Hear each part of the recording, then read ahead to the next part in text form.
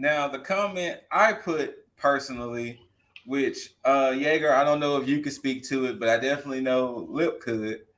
I put, yep, AEW is looking TNA-ish when they got all that talent in the mid 2000s and early 2010s. Yeah, I was going through that conversation that And you there's guys were one having. guy I was arguing with, and I don't think he was getting what I was saying because I don't know if he didn't watch TNA at that time or he was just taking what I was saying as face value. But Dizzle, you know what I mean by AEW's looking TNA-ish because they was getting Kurt Angle, they was getting Kevin Nash, Booker T, Hogan, Eric Bischoff, the Dudley Boy. Yep, yep, They started getting yep. all of these talent that was former WWE, WCW guys, and all of the TNA homegrown talent was steady getting pushed down in the card. And it was a good dialogue me and the guy had. Like, I mean, I just think he was just taking everything as face value and not seeing it as a big picture. And and one of the things I said too, which I was saying, and of course, this could be a reach, this could be a long shot, this could be whatever. I was like, yeah, we got all of this great talent coming in, but who's to say that talent is happy that all of this talent is coming in? Who's to say Darby Allin is okay with losing to CM Punk? Who's to say those women in that battle royal are okay that Ruby Soho got the title shot? Who's to say, oh shit, here come Adam Cole, here come Brian Danielson.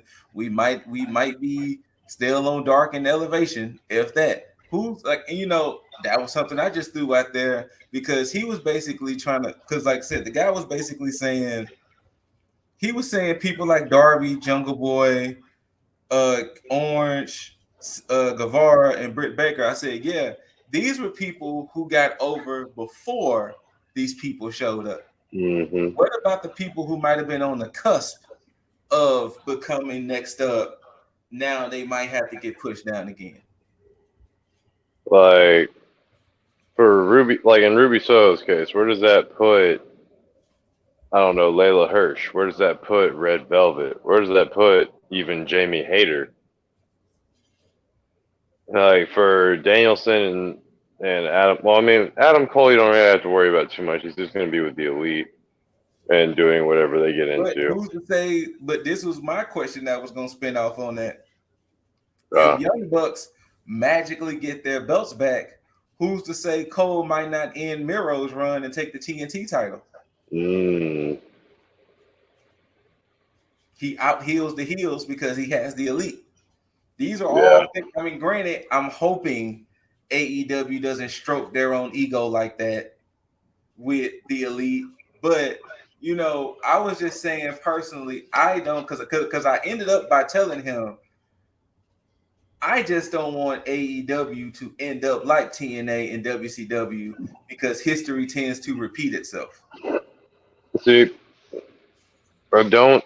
I mean, I know you don't think that they're going to, but I don't think that AEW is going to end up like WCW just because they don't have the creative control, or was it? They don't have like what Time Warner had at that time, which is like a whole creative control thing.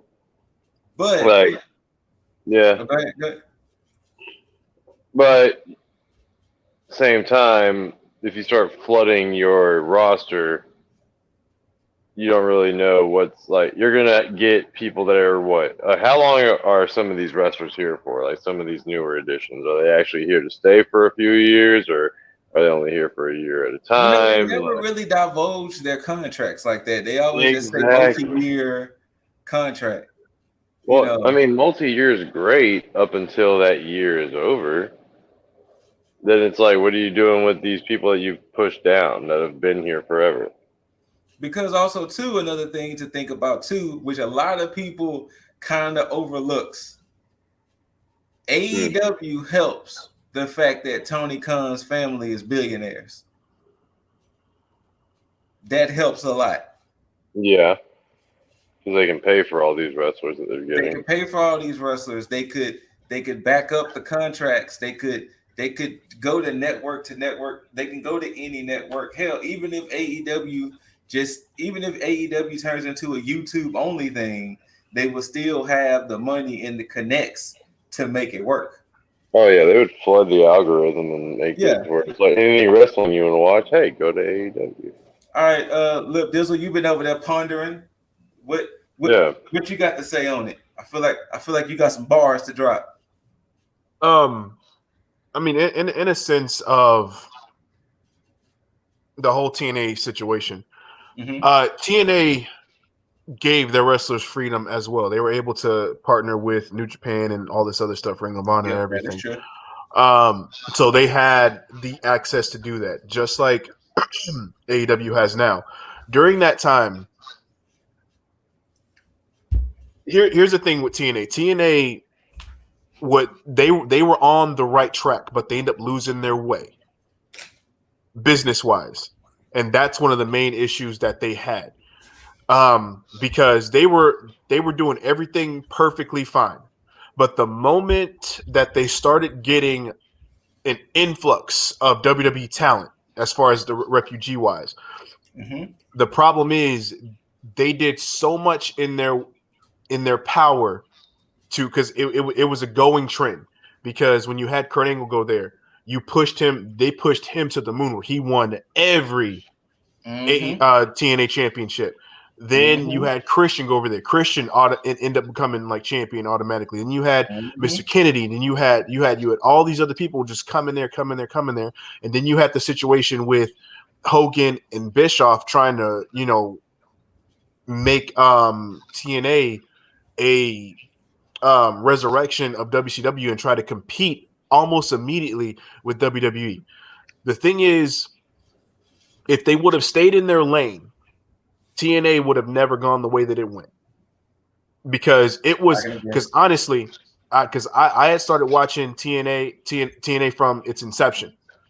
It's a little bit after its inception, and it was a nice niche thing, and it wasn't. And at that point, it wasn't meant to compete with WWE. It just kept getting bigger and bigger, and by popularity, it became that big.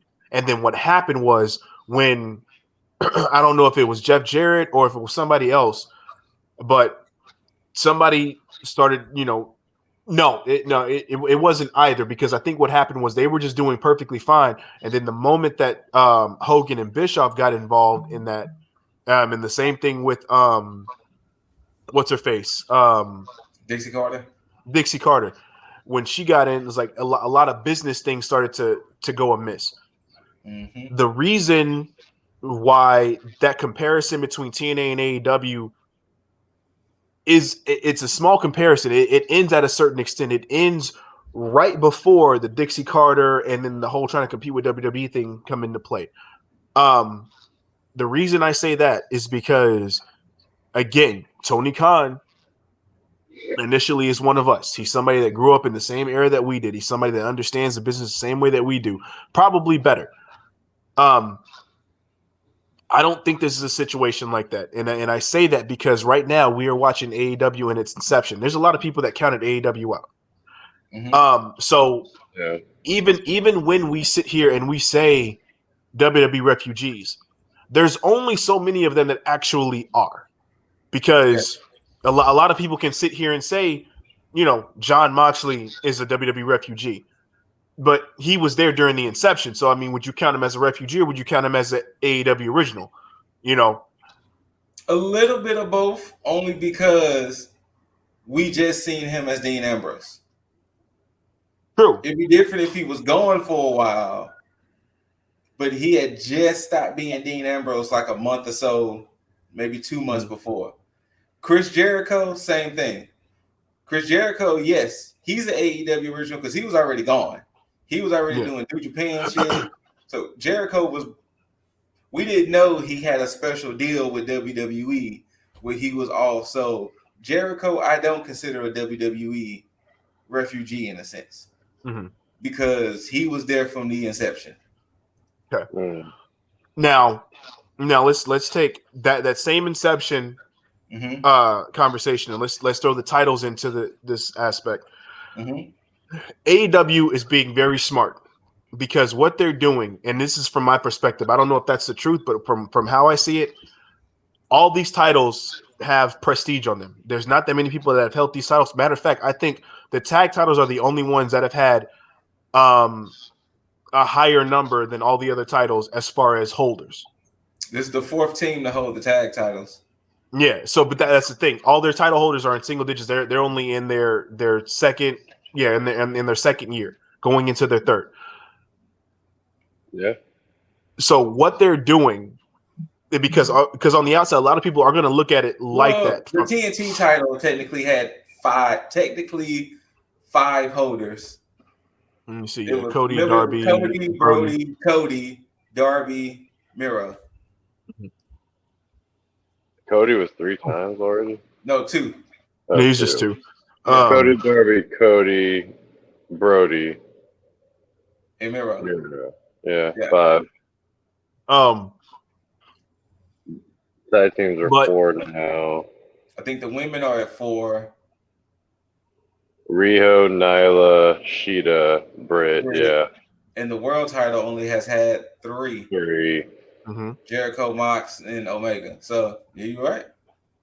So going with that idea, and this is why I say that the future of AEW is still perfectly fine, because all these guys coming in are just helping to build the foundation. Because a lot of these guys have gone, of course, have come from WWE, but they've been around. They've been around the system that has helped kind of put professional wrestling at the forefront as far as commercialism. So these guys have been within that machine. So you have minds within here, and think about the roster of AEW is a lot of young people that probably haven't been anywhere like WWE or a New Japan. When Chris did Talk is Jericho with, I think he did it with Mox, and I think he did it with Cody as well. He was saying that it felt weird knowing the fact that doing Dynamite, only a very small few of us was used to doing weekly TV. And that's the thing. No, Dustin. He was talking to Dustin. He was talking to Dustin about that. That only a few of us was used to doing weekly TV when Dynamite started. So if you look at it from that perspective, and you have a lot of these guys, a lot of the better minds, for lack of a better term, in this situation, they're doing the work that's going to help the future maintain AEW moving forward.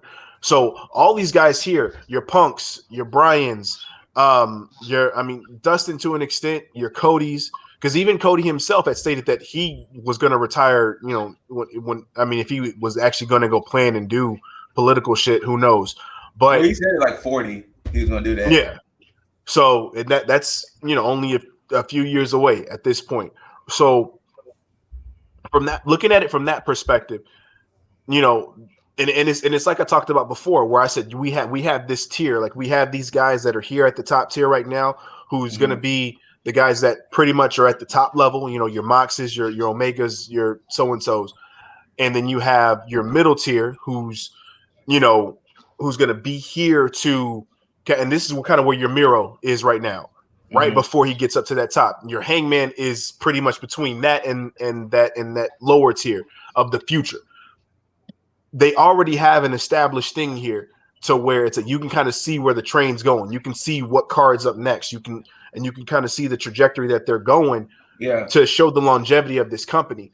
And I think a lot of people are so used to comparing, eras and promotions from how they were before, to the point to where now that mentality has them in that comparison mode, to where it's like, oh shit, all these WWE guys are coming over here, where they're not actually looking at the roster of AEW and saying, oh, well, these guys are a bit younger. Oh, these guys haven't been on, syndicated television, to where it's like they know, all these guys is coming in now are basically built to help. Who's to say that this wasn't Adam Cole's whole plan all along, to sit there and have them have, build AEW, him go to NXT, build his stock up, just so that way he can leave and then end up going there once they establish something. But but to even spin off of your point, the only reason why I kind of hate the whole term of these are WWE guys or these are whatchamacallit guys, because at the end of the day, they're wrestlers. And if they got fired from their contract, release or their contract is up, their plan wasn't to stop wrestling. True. Right. Like, if New Day right now gets fired, God, I hope not. Do you think Woods, Big E, and Kofi would just magically just stop wrestling? I'm pretty sure one of these companies are going to be like, hey, y'all still want to wrestle? I mean, y'all got to come up with a new name, but y'all still want to wrestle? Hell, if fucking Seth fucking Rollins, he would go back to Tyler Black in a minute, in a heartbeat. Oh yeah. Right there in AEW or right there in Impact or New Japan. Like these guys aren't going to just stop wrestling.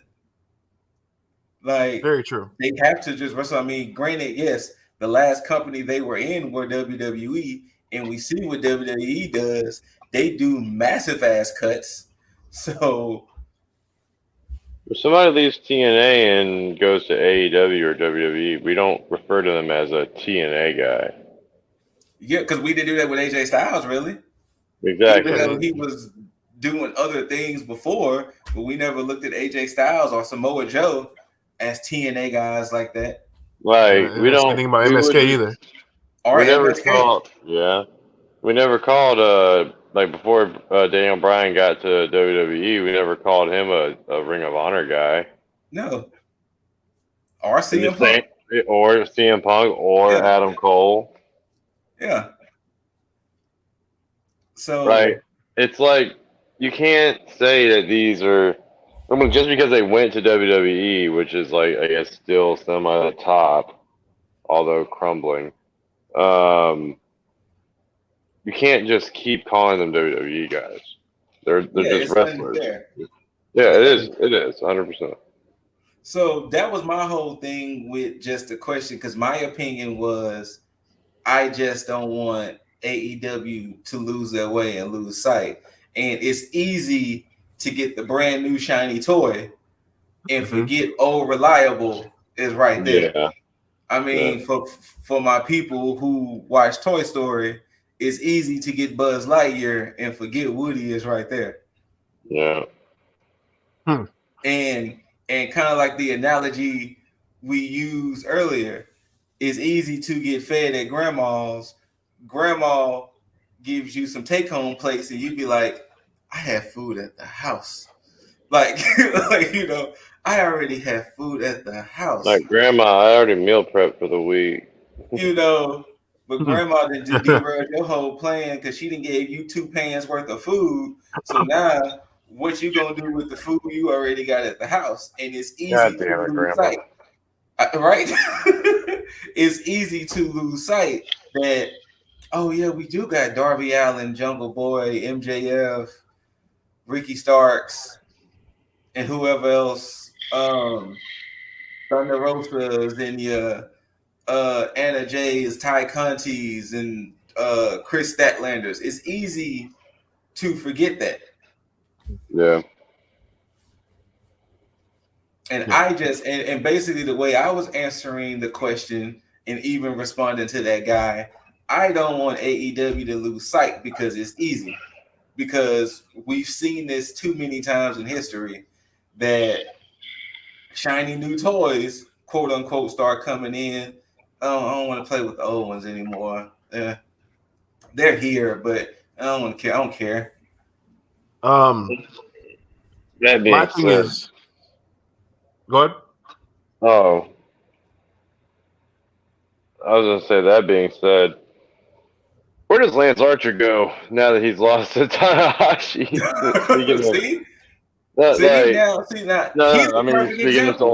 Speaking of old toys, I'm just saying. He's a perfect example. He came in as a brand new shiny toy, hit the ground running. He became kind of an old used toy quick. Then the newness kind of came back a little bit because he took that belt from Mox, lost the belt to Tanahashi.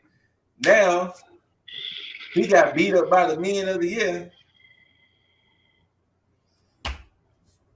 You know. Well, wait, has he been on Darker Elevation? I have to watch Since then? tonight. I have to watch tonight's Elevation, but he hasn't been on. Then to me, that's perfectly fine right now because that means that they're just taking him off of TV. But my thing is this: for anybody who like would have a question as to, a certain company,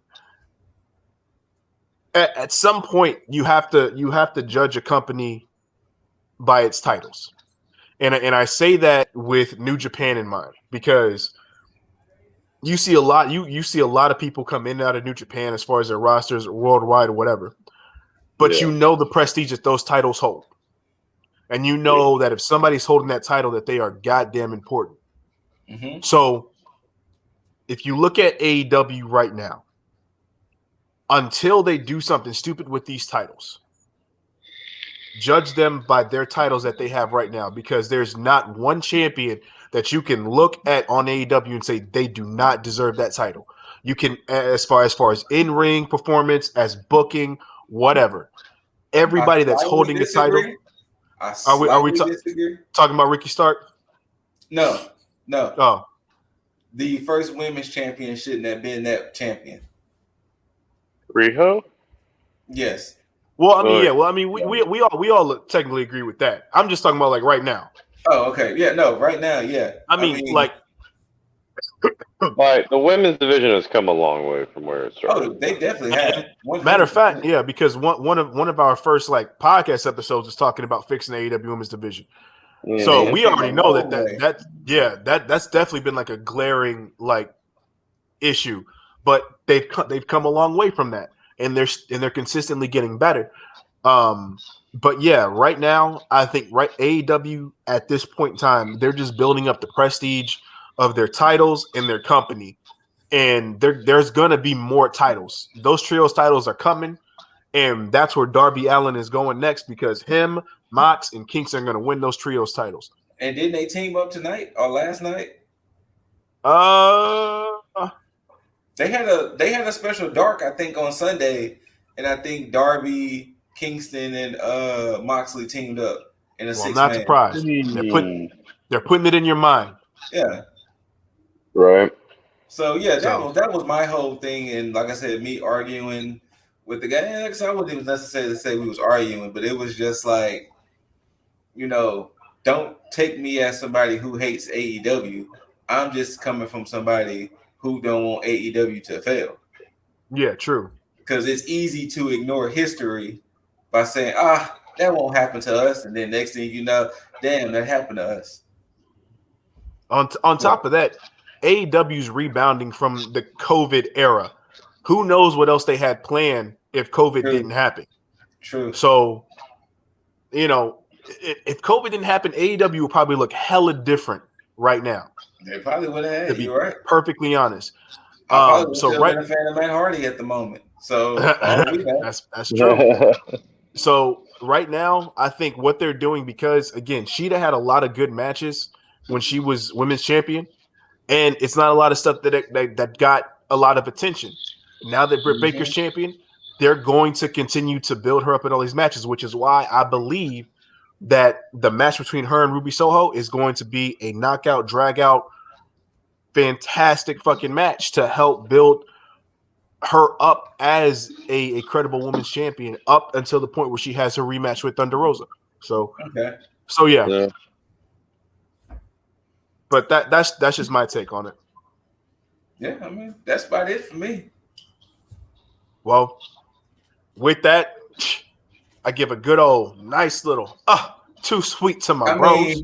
I mean, the most special of two sweets. Bow.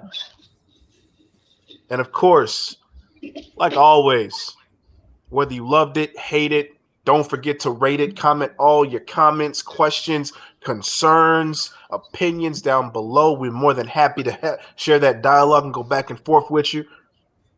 Hit that notification bell to get those notifications, those updates of any time that we drop something here on the YouTube. But most importantly, mother effing subscribe.